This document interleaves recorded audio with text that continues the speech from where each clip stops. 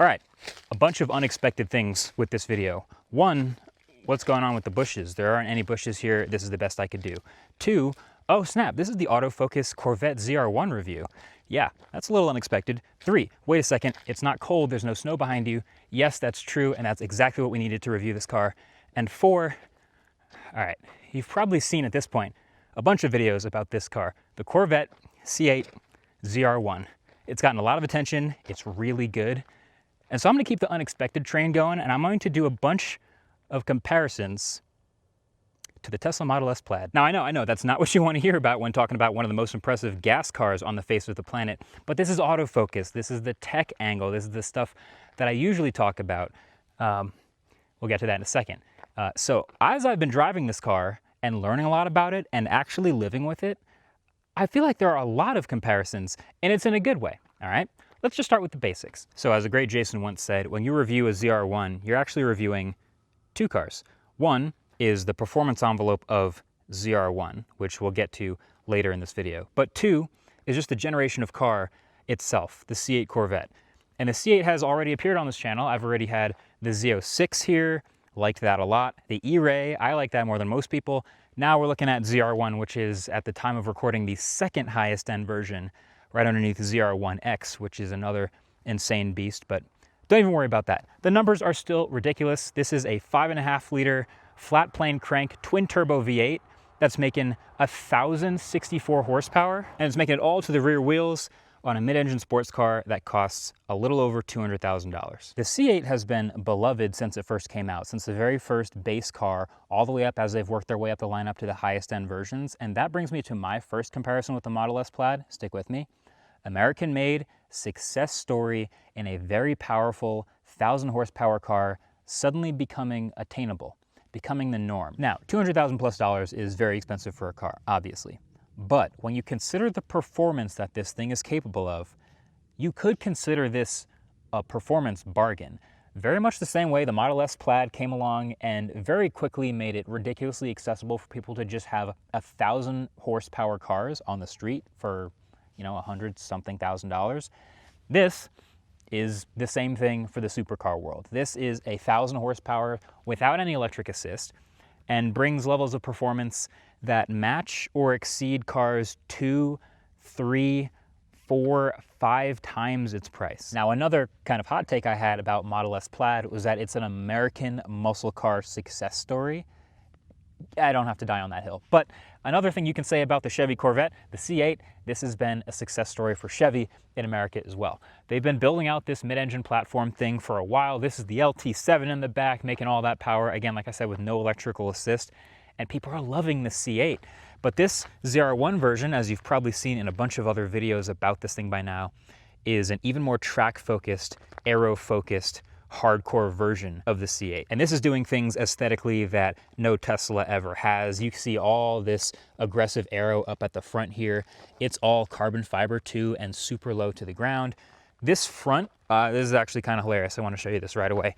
This front radiator, which kind of reminds me of what you might see in a GT3 RS, all but eliminates the front trunk, but there's still a button to open the front trunk. So I went to go check to see what kind of storage I could get in the front. And, okay, technically you could put something there, but also this is, the heat spreader is right here. So anything you put in here is just going to get lit on fire, basically. So that's not really a front trunk. So don't put anything in there.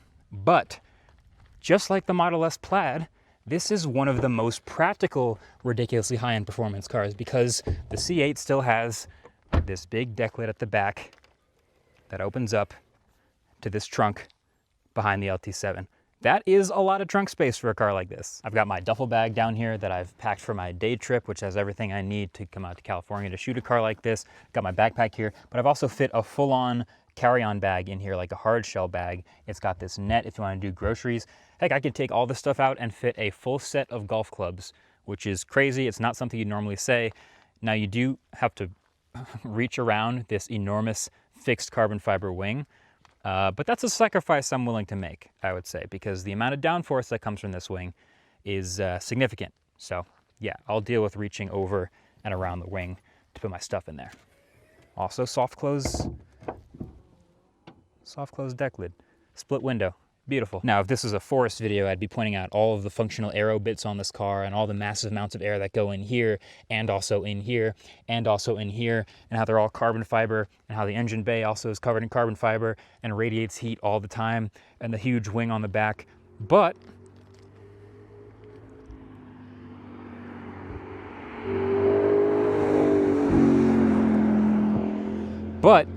just like the Model S Plaid, there's also a ton of mechanical grip too. These are 345 section tires on the back, and these Pilot Sport 4S's grip, amazing, just like they did on my Plaid. It has been really fun to drive this car around here, where a lot of people recognize it as a ZR1 because there are obviously huge visual elements that can tell you it's a ZR1. The Plaid just had like the badge and was a little wider and had fender flares, and if you know, you know, but this one is getting quite a bit of attention. It's also basically iPhone 17 Pro orange. But let's get into the car. Handles hidden down there under that carbon fiber. It says ZR1 here, and then we get to the very practical interior. Now, you know, the more of these crazy high performance sports cars you get to drive, the more you'll notice there's like a spectrum of them. There is the soft grand touring stuff over here, and then there is the crazy hard ass high performance versions over here. And as you get further and further towards the crazy high performance stuff, they get more bare and more racy and more raw. This one is extremely racy and very track focused, and yet has an interior like none of the rest of those cars, because it's still a Corvette.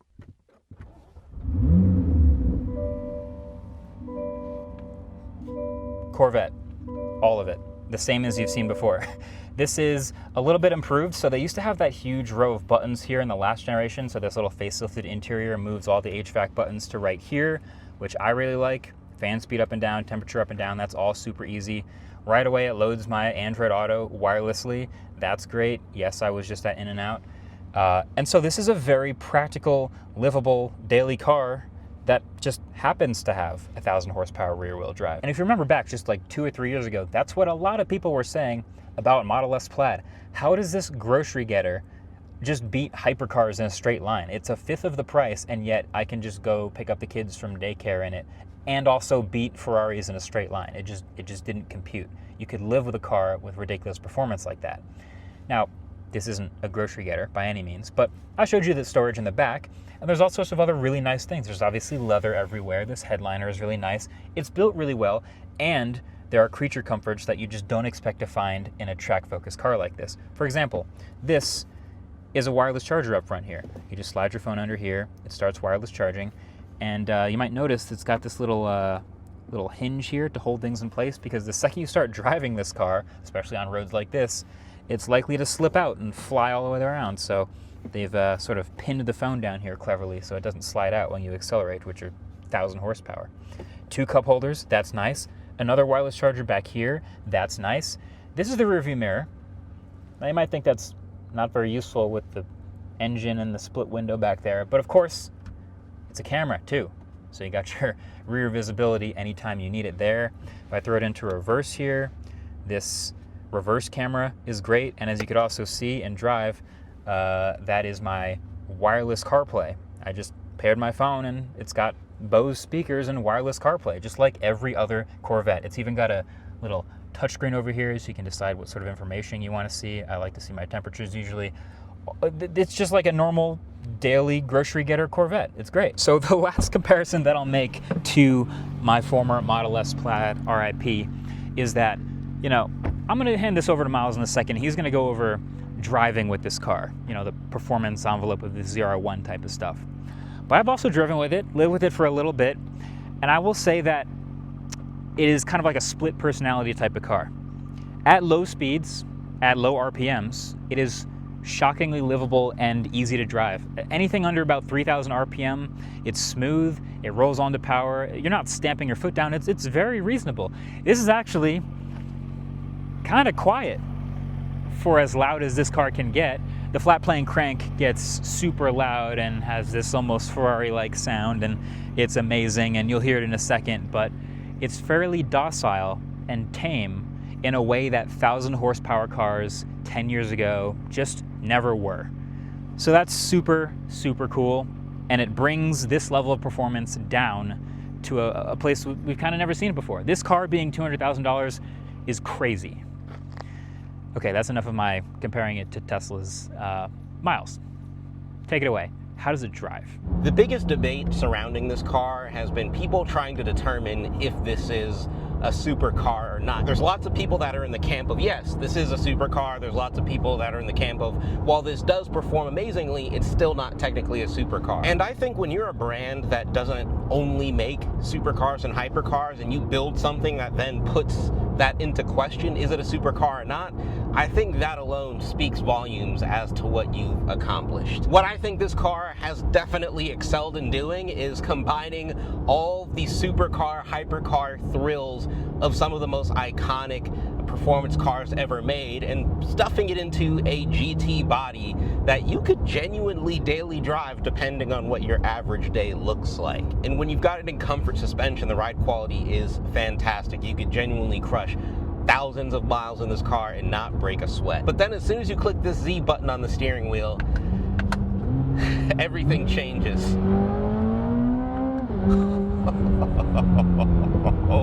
You've got a twin turbo, flat plane crank, V8 that revs to 8,000 RPM, a snappy dual clutch transmission. This is a really fun car to drive, but it's also incredibly approachable. You hear 1,000 horsepower and rear wheel drive and you think, yeah, this car is going to be pretty much unusable. And yes, when you're really pushing the car, it's not warm outside and the tires are still cold.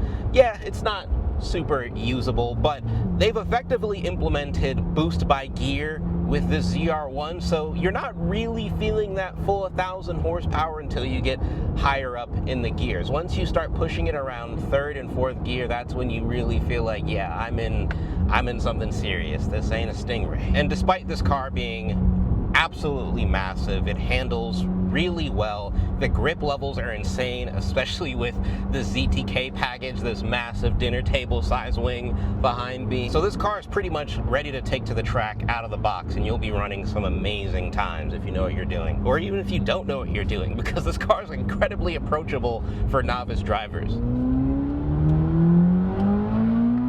It sounds absolutely fantastic.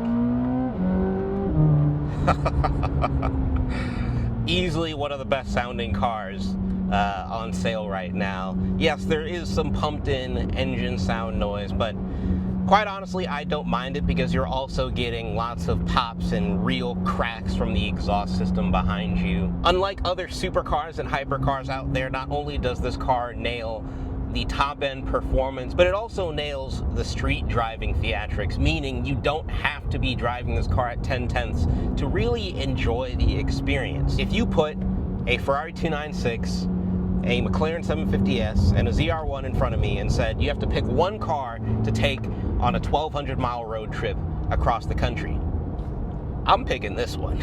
Because just like the now deceased Model S Plaid, this car is bringing hypercar performance to the table without any significant compromise for a car of this kind, for a GT two-seater car. And so while yes, this isn't going to give you the same supercar experience that like the Lamborghini Temerario will or the Ferrari 296 will, it's bringing supercar performance to the table in a package that still offers that supercar thrill and excitement from a visual perspective, from a sound perspective, and it also just happens to be incredibly usable as well.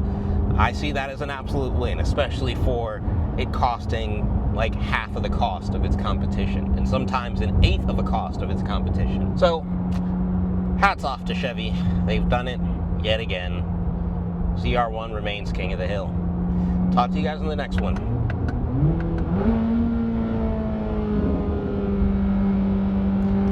Never gets old.